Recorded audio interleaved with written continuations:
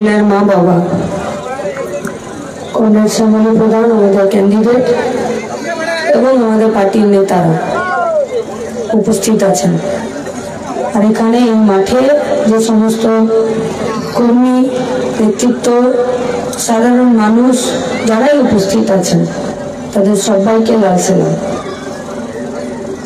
দেখুন, রাজিবুল খুন হয়েছে। রাজিবুল যেদিনকে খুন হলো সেদিন কিন্তু রাজিবুল মাটিতে পড়ে যাবার পরও লড়াইটা চলেছিল আরো কিছুক্ষণ। আমি ভুল বলছি না তো? রাজিবুলের গায়ের যে স্কুল ঘরটার বাইরে রাজিবুল খুন হলো, সেই স্কুল ঘরটার বাইরে পাশের পাড়াতে যে মহিলারা ছিলেন ওদের সঙ্গে মারপিট করব বলে আমাদের বাড়িতে আমরা কেউ আগাম বোমা মজুত করে রেখেছিলাম। ওদের সঙ্গে মারপিট হবে বলে আমাদের বাড়িতে কেউ শাবল, গাইতি, কুড়ুল, কোদাল, পিস্তল রেখেছিলাম? আমরা রাখিনি। যখন ভাইয়ের লাশ পড়ে যায় না, আর যখন ছেলের বাপ আর মা আর ছেলের বউ আর তার দুই সন্তান তাদের যখন চোখের জল পড়ে, তখন আর পিস্তল, বোম, বন্দুক খুঁজতে পাঠায় না, তখন দুটো হাতই যথেষ্ট হয় লড়াই করার জন্য। আর এই যাদের নাম বলছে অঞ্চল সভাপতি, পুলিশের ছাতার কাছে দুটো চয়েস, এক হয় লালনের মাথায় ছাতা ধরতে হবে, নইলে নিজের মাথায় ছাতা ধরতে হবে। কার মাথায় ছাতা ধরবে তুমি ঠিক করো। এমনটা যাতে না হয় যে লালনের মাথায় ছাতা ধরতে গিয়ে নিজের মাথাটায় ফাঁকা পড়ে গেল। গায়ের গরিব খেটে খাওয়া মেহনতি মানুষ যে আবাস যোজনার ঘর পায়নি, যে জব কার্ডে কাজ পায়নি, যে জব কার্ডে কাজ করে আজও পর্যন্ত টাকা পায়নি, যার বাড়ির ছেলে মেয়েরা সংসার চালাতে গিয়ে বাইরের রাজ্যে দিনের পর দিন পড়ে আছে, শুধুমাত্র সিপিএম করে বলে দিনে রাতে আমাদেরকে ধমকাচ্ছে, চমকাচ্ছে আর বলছে তোর পায়খানাটা, তোর লক্ষ্মী ভান্ডার, তোর বিধবা ভাতা, তোর রেশন কার্ড কি করে হয় আমরা দেখে নেব। আমরাও বলছি, পুলিশকেও বলছি, ভিডিওকেও বলছি, লালনকেও বলছি, ওর বাপকেও বলছি।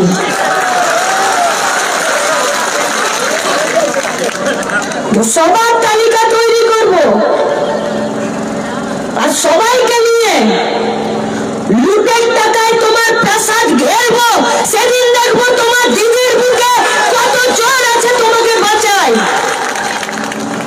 লুট করছে, লুট, আর লুটের বিরুদ্ধে আমাদের লড়াইটা। পার্টির নেতা কমরেড সৈয়দ হোসেন বলেছেন লুট করছে ওরা দেশ জুড়ে। আমাদের কাজ, আমাদের পেটের ভাত, আমাদের শান্তি, আমাদের মান, আমাদের ইজ্জত, আমাদের নদী, আমাদের নালা, আমাদের জঙ্গল, আমাদের এয়ারলাইন্স, আমাদের রেল লাইন, আমাদের পোস্টাল, এমনকি আমাদের বর্ডারে দাঁড়িয়ে যে সেনাগুলো দেশকে সুরক্ষা করে ওদের কাজের জায়গাগুলো লুট করছে এই দেশে বিজেপি সরকার। আর সুবন্ধু এসে গলাতে একটা গেরুয়া ঝুলিয়ে নিয়ে বলছে দেখো আমি কেমন তৃণমূলকে টাইট করি। তোমাকে কি টাইট করে তারই কোনো ঠিক নাই। সে গিট বানে না, গিট দড়িতে কেউ প্যান্ট পরে, কেউ পাজামা পরে, কেউ লুঙ্গি পরে, দিয়ে একটা গিট দেয়। কিন্তু সেই গিটে যদি বারবার কেউ লোক ঢোকা আর বাইরে করে তাহলে গিট ফুসকা হয়ে যায়। তো এখন তৃণমূলের কে টাইট দেওয়ার জন্য সব তৃণমূলের ভুলো মালগুলো গিয়ে বিজেপি তৈরি করেছে, নিয়ে বলছে আমি টাইট দেব। আর কোনোদিন মুকুলকে ঢুকাচ্ছে আর বের করছে, কখনো মুকুটমণি অধিকারীকে ঢুকাচ্ছে বের করছে, কখনো কৃষ্ণ কল্যাণীকে ঢোকাচ্ছে বের করছে। আর পাড়াতে তো যেসব 2 টাকার ফুটো বস্তান তৃণমূল বিজেপির আছে ওরা তো ব্রাশ করতে করতে ভুলে যাচ্ছে যে রাতে কোন পার্টি ছিলাম আর সকালে কোন পার্টি। এরা টাইট দেবে, এরা জিজ্ঞেস চ্যালেঞ্জ করুন বিজেপির পার্টিকে যে খুব তো বলছো যে তোমরা নাকি দেশের সংবিধানটাকে পাল্টে দেবে, তাহলে যে সংবিধানটাতে শিডিউল কাস্ট শিডিউল ট্রাইবদের চাকরির জন্য সুযোগ থাকে, যে সংবিধানটাতে গরিব মানুষ, খেটে খাওয়া মেহনতি মানুষ, মুচি বাউরি বাগদি ডোম সাঁওতাল মুন্ডা এদের জন্য স্কুলের লেখাপড়া, বাড়ি ঘর দৌড়, এদের জন্য হোস্টেল, এদের জন্য রিসার্চ সেন্টার, এদের জন্য ভবিষ্যতে এগিয়ে যাওয়ার জন্য যে জায়গাগুলো তৈরি করে আছে, সংবিধানটা তুমি পাল্টে দিলে এদের অধিকারটা থাকবে তো? আচ্ছা, যদি সংবিধানটা না থাকে তাহলে কিসের ভিত্তিতে, কিসের আধারে দেশটা চলবে? বিজেপির 2 টাকার ফুটো মস্তান নেতাগুলো যেগুলো পাড়াতে হেকড়ি মেরে ঘুরে বেড়ায়, ওরা উচ্চারণও করতে পারবে না যে কিসের ভিত্তিতে চলবে। তাই ওদেরকে বলতে হবে যে যা পার্টি অফিসে বস, আর দেশ বেচার পয়সাতে এই যে ঝান্ডা লাগাচ্ছিস আর চোর নেতাগুলোর পিছন পিছন ঘুরে বেড়াচ্ছিস, সেই নেতাগুলোকে পার্টি অফিসে গিয়ে জিজ্ঞেস কর যে দেশটা কিসের আধারে চলবে। ওরা বলছে দেশটা মনুবাদের আধারে চলবে। क्या है मनुवाद में? मनुवाद में है कि ख्रिस्टान हो, मुसलमान हो, आदिवासी हो, दलित हो, শিডিউল কাস্ট हो, শিডিউল ট্রাইব हो, এদের বাড়ির মেয়েগুলোর শরীরটা আমার ভোগের জিনিস। এই লাইনটা যে বইতে লেখা আছে সেই বইটা অনুযায়ী ওরা আমাদের সংবিধানটাকে পাল্টে দিয়ে ওই বইটা অনুযায়ী ওরা দেশটাকে পরিচালনা করতে চাইছে। আর এই দেশটার নাম ওরা দিতে চাইছে হিন্দুদের নাকি জন্য নাকি এই দেশটা হবে। এখানে যারা উপস্থিত আছে, হিন্দু হোক, মুসলমান হোক, আদিবাসী হোক, শিডিউল কাস্ট হোক, শিডিউল ট্রাইব হোক, বামুন হোক, কায়েত হোক, আপনাদের সবাইকে জিজ্ঞেস করছি, কোন ধর্ম আছে যে অন্য ধর্মের মা বোনেদের ইজ্জতটা, দেহটা ভোগের জিনিস বলে লিখে দেয়? তাহলে যে বইটাতে মা বোনেদের শরীরটা, তার ইজ্জতটা ভোগের জিনিস বলে লিখে দেয়, সেই বইটা নিশ্চিত ভাবে যে দেশটা তৈরি করবে সেটা কোনো ধর্মের জন্য তৈরি করবে না, সেটা জঙ্গলের জন্য একটা দেশ তৈরি করবে। আর জঙ্গল রাজ যে দেশে থাকবে সেই দেশে কেউ বাঁচতে পারবে না, কেউ না। কি এদের নীতি, কি এদের পলিসি? पूछिए सवाल उन लोगों से যে এগো রোজ দিন যে সকাল থেকে রাত অবধি খাচ্ছি, তবু তো 2 পয়সার মুখ দেখতে পাচ্ছি না। যা পকেটে করে আনছি সব টাকা তো দোকানে গেলেই শেষ হয়ে যাচ্ছে। জিনিসপত্রের এত দাম, তুমি কোম্পানির কাছ থেকে ভোটের নামে চাঁদা নিলে আর আমার ওষুধের দাম বেড়ে গেল। তুমি ভোটের নামে কোম্পানির কাছে চাঁদা নিলে আর আমার ইলেকট্রিক বিলের দামটা বেড়ে গেল। তুমি ভোটের নামে মাতার দিয়ারির কাছে, দিয়ার লতারির কাছে তুমি পকেট গরম করলে, কিন্তু আমার গলাতে তো ফাঁস হয়ে গেল। তাহলে জিনিসের দামটা কমবে কি করে? কি করে কমবে জিনিসের দাম? কেউ বলছে? তৃণমূল, বিজেপি যে আমাদের আগের দিনে মিটিংটা করতে দিল না, সে কেউ বলছে? কি হবে তাহলে? জিনিসের দাম বাড়তে থাকবে। এই জিনিসের দাম বাড়লো, তাহলে যে টাকাটা সরকারের ঘরে যাচ্ছে সেই টাকাটা দিয়ে আমার নতুন করে কি উন্নতি হবে?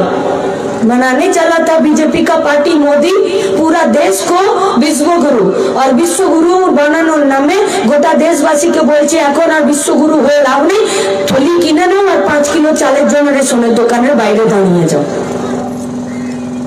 বলেছিল চাকরি দেবে, এখন রেশনের চালের উপরে ভরসা করে দিন চলছে। বলেছিল বিদেশের ব্যাংকে টাকা আছে, ব্যাংকে খাতা খোলো, 15 লাখ টাকা আসবে।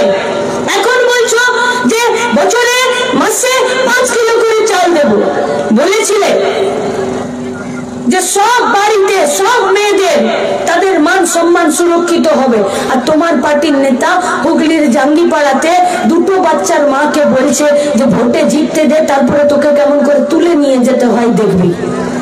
ভোটে জিতলে আমাদের বাড়ির মা বোনগুলোকে তুলে নিয়ে যাবার লাইসেন্স পাওয়া যায়। কি বলেছিলেন আর কি করে দেখাচ্ছ? যখন ভোট চাইতে এলে তখন বললে জিনিসপত্রের দাম কমাবো, যখন ভোট চাইতে এলে তখন বললে বাড়িতে বাড়িতে চাকরি দেবো, যখন ভোট চাইতে এলে তখন বললে বাড়িতে বাড়িতে জল দেবো, ভোট চাইতে এলে বললে মা বোনেদের সম্মান দেবো। আর ভোটে 10 বছর জিতে নিয়ে 8,000 টাকার নিজের প্রাইভেট জেট গাড়ি কিনেছো, যেটা হাওয়াই জাহাজ উপরে উড়ে, আর প্রতি বছর 1600 কোটি টাকা খরচা করছো শুধু বিদেশ ঘোরার জন্য, আর আমাদেরকে প্রতিদিন হাত পাততে বাধ্য করছো। প্রতিদিন আমরা এগোচ্ছি। নিজের ওষুধপত্র, নিজের শিক্ষা, নিজের স্বাস্থ্য, নিজের পেটের ভাত, নিজের কাপড় যদি নিজের রোজগারে কেনার কুলানোর বিরোধ না হচ্ছে, তার মানে আমরা ভালো নেই, আমরা ভালো। তাই তো জিনিসের দাম কমাতে হবে। কি করে কমবে জিনিসের দাম? মোদি আর মমতা হাত ধরাধরি করে বাজারে ঘুরলে জিনিসের দাম কমে যায়? কি করলে জিনিসের দাম কমে? আমার পকেটে 1000 টাকা গুঁজে দিলে জিনিসপত্রের দাম কমে যায়? জিনিসপত্রের দাম কমে সরকার যদি সরাসরি কৃষকের কাছ থেকে কিষাণ মান্ডিতে ভর্তুকি দিয়ে আর কৃষকের উৎপাদিত ফসল কিনে আর রেশনের মাধ্যমে মানুষকে যদি কম দামে বেচে, তবে বাজারে জিনিসের দাম কমে। সরকার কৃষকের ফসল কিনবে? আউশ গ্রামে আলু চাষিদের কাছে আলু কিনবে? গোটা পূর্ব বর্ধমানে এতগুলো ব্লকে 20টা কিষাণ মান্ডি চলছে, কয়টা? 5 থেকে 6টা। কি হয় কিষাণ মান্ডিগুলোতে? মাঝে মধ্যে ধান চাষিরা তারা ধান বিক্রি করতে যায়, সরকার সঠিক মূল্য দিয়ে ধান কিনছে না। তাহলে কিষাণ মান্ডিগুলো কি কাজে লাগবে? তুমি যদি একটু শহরের কাছাকাছি, তুমি যদি একটু বাজারের কাছাকাছি কিষাণ মান্ডিগুলো করতে, তাহলে ফুটপাতে বসে চামড়া টাঙিয়ে একটা বস্তা পেতে আমাকে বাড়ির আলু বেগুন মূল্যটা বিক্রি করতে হতো না। ওই কিষাণ মান্ডিতে আমার বসার একটা জায়গা থাকতো, আর সেখানে যদি আমি বিক্রি করতাম তাহলে সবাই ওখানে এসে কিনতো, লোকে জানতো যে এটা একটা বাজার। ও বললো কিষাণ মান্ডি বানাবো, দিদি বললো দাদা তুমি চিন্তা করো না, আমি নীল সাদা রং করে দিব। আর কিষাণ মান্ডিতে কৃষকের ফসল বিক্রি হবে কিনা জানি না, দাদা বানিয়ে দিল কিষাণ মান্ডি, আর দিদি নিজের পার্টি অফিস বানিয়ে দিল পূর্ব বর্ধমানের একটা কিষাণ মান্ডিতে।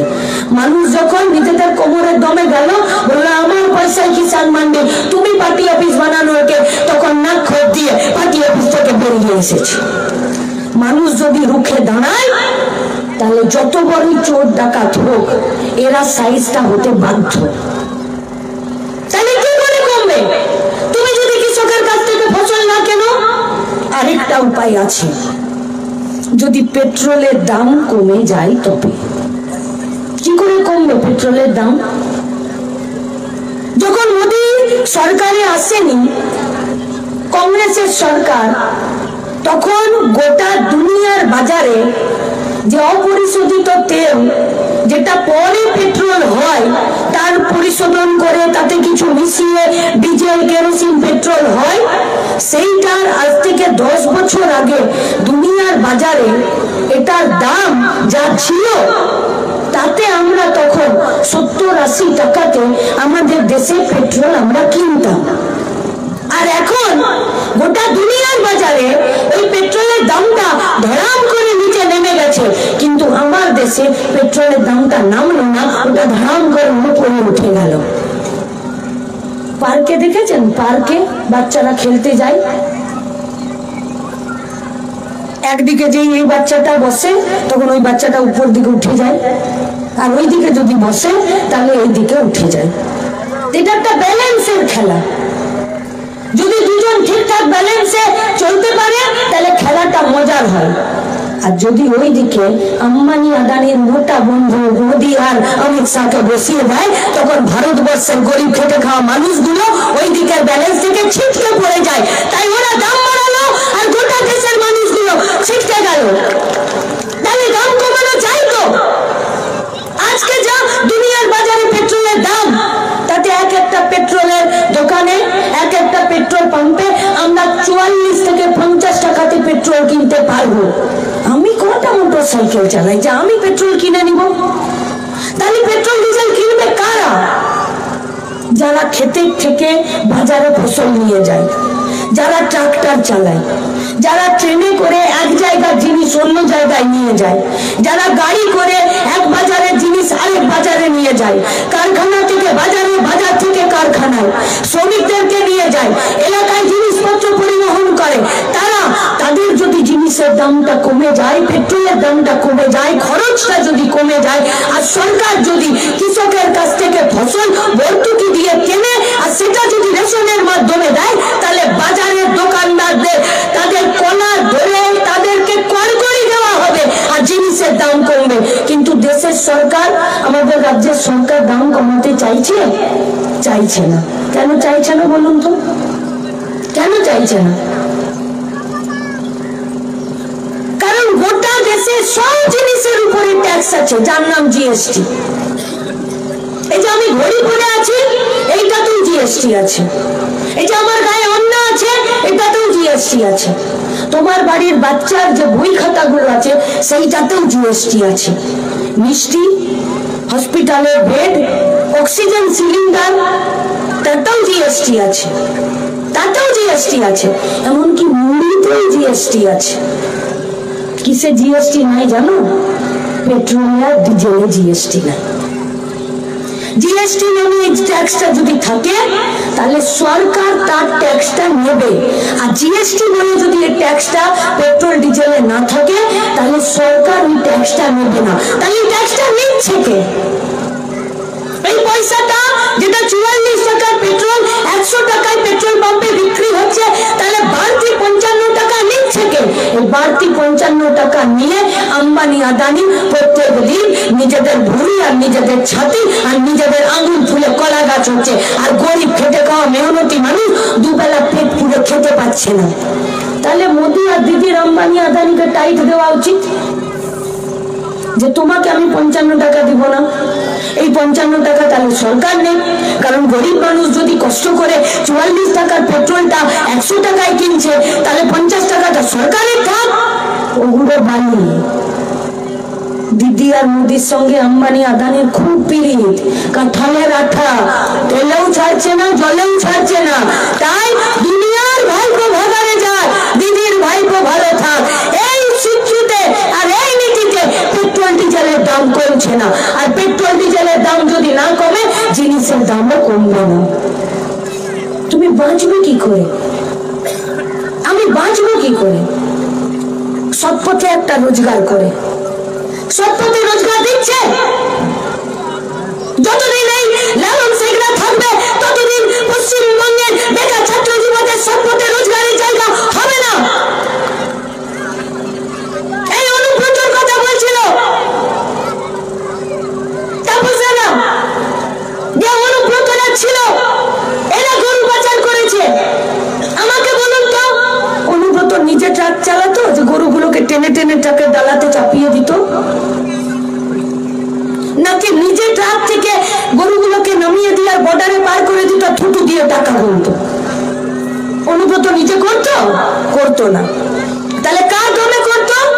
এই পশ্চিমবঙ্গের রাজ্য পুলিশের দমে করতো। ও সব দেখতে পায়। আপনি জুতো পরে আছেন কিনা দেখতে পায়, আপনি হেলমেট পরে আছেন কিনা দেখতে পায়, আপনার লাইসেন্স নেই কেন দেখতে পায়, কিন্তু তাকে করে গরু চলে গেলে ও দেখতে পায় না, ওর চোখে তখন ফুলি পড়ে যায়। ও গরু পাচার করলো কি করে? দেশ আর বাংলাদেশ, আমাদের দেশ আর বাংলাদেশের মাঝখানে তো বর্ডার আছে, বর্ডার সিকিউরিটি ফোর্স আছে, বিএসএফ আছে।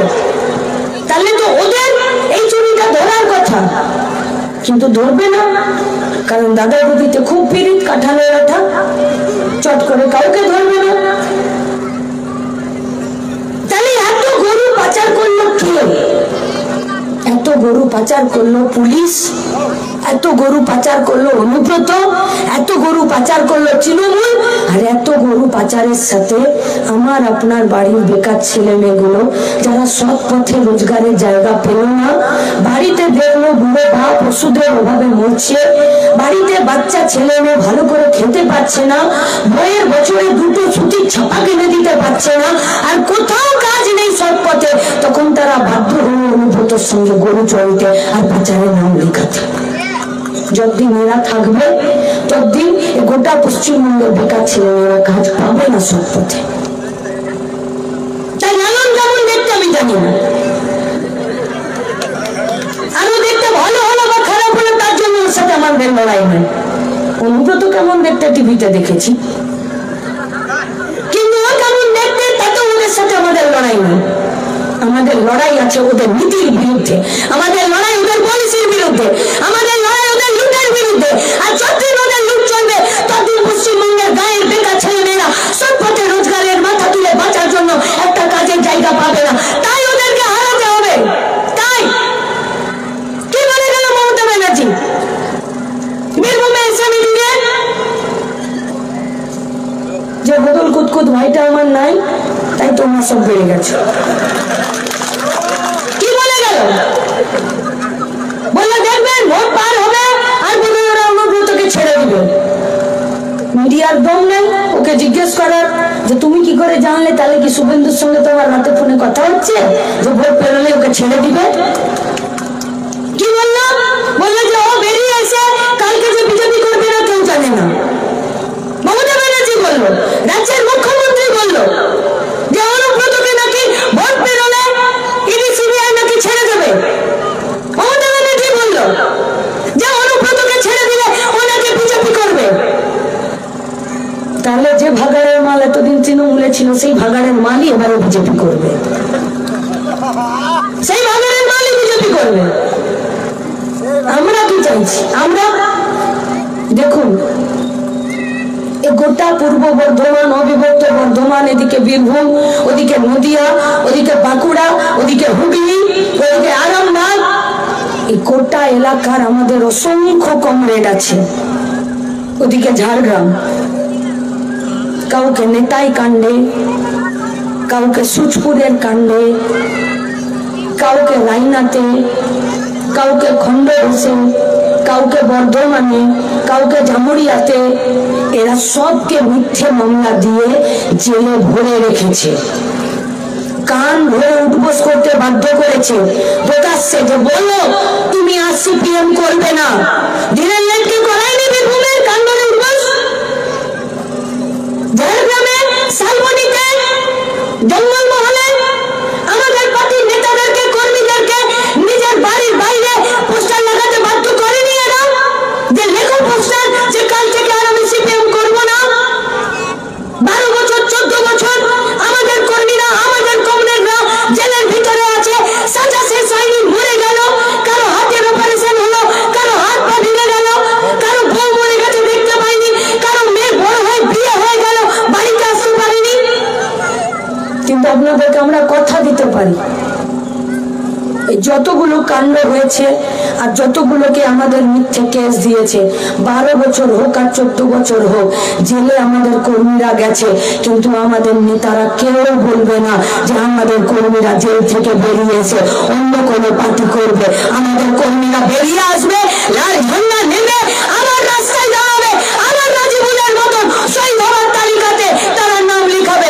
কারণ আমাদের বাপরা হলো রাজিবুল আর আনিসদের বাপ, যারা বেটাদের লাশের সওদা করে না।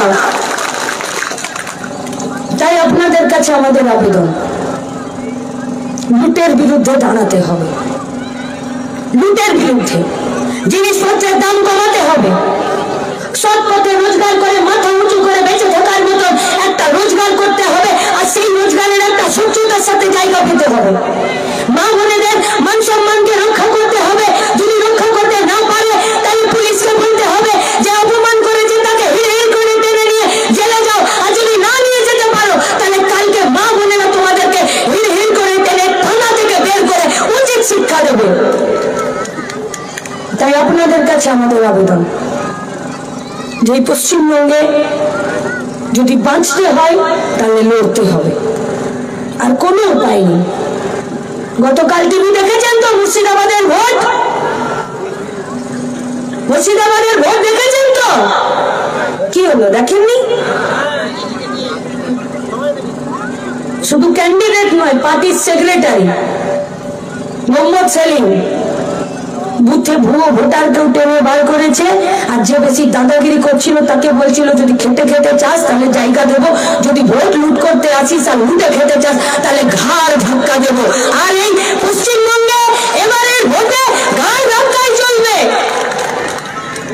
যদি যারা ভোট রক্ষা করতে আর বুথ রক্ষা করতে নেতারা নেতারা নেতারা মানে আপনারা, নেতারা মানে যে ছাত্র যুব মেহনতি মানুষের কমরেডরা আজকে চ্যালেঞ্জ নিয়ে এই মাঠে আমার সভা করেছে, তারা নেতা মানে রাজিবুল মরে যাবার পরও তার লাশটা পড়ে যাবার পরও যে মায়েরা সামনের যে বাঁধা ছিল ছোট সরতি লাঠির মতন, সেই লাঠি নিয়ে যারা লড়াই করলেন আর ভোটটাকে ফিরে করালেন পঞ্চায়েতের ভোটের দিন, সেই মায়েরা তারা নেতা। তারা যদি বুথ রক্ষা করার জন্য আর ভোট রক্ষা করার জন্য সামনে এসে রাস্তায় দাঁড়ায়, তাহলে যারা ভোট লুট করবে আর বুথ লুট করবে তারা পিছনের দরজা দিয়ে পালাবে। শুধু সাহস রাখুন নিজেদের মধ্যে, জিততে আমাদের হবে,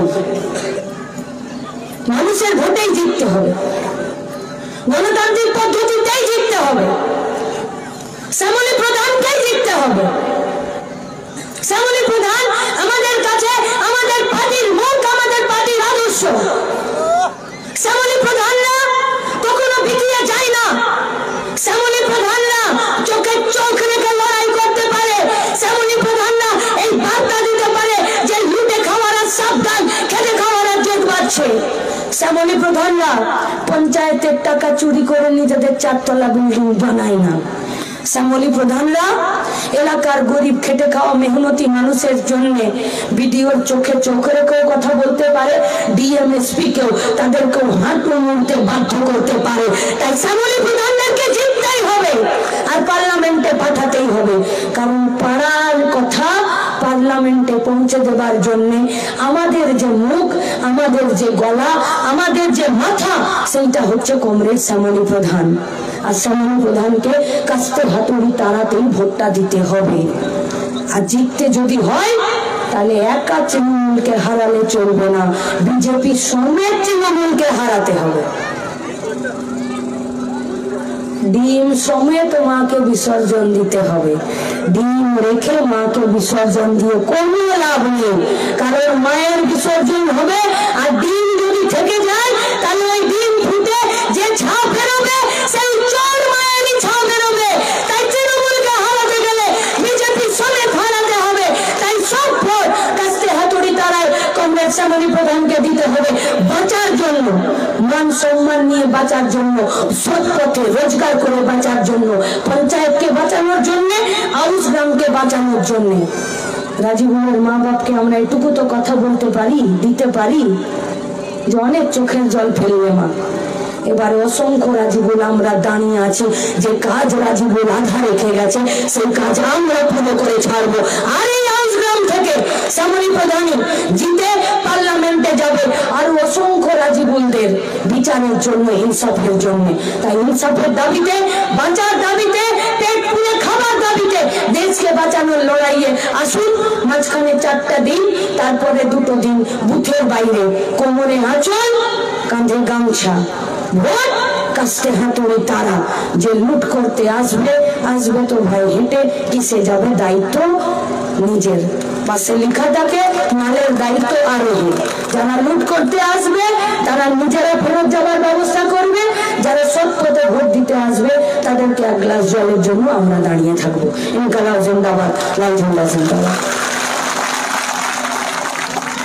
অভিনন্দন মূর্তিকে। আমাদের সবার কাজ আমি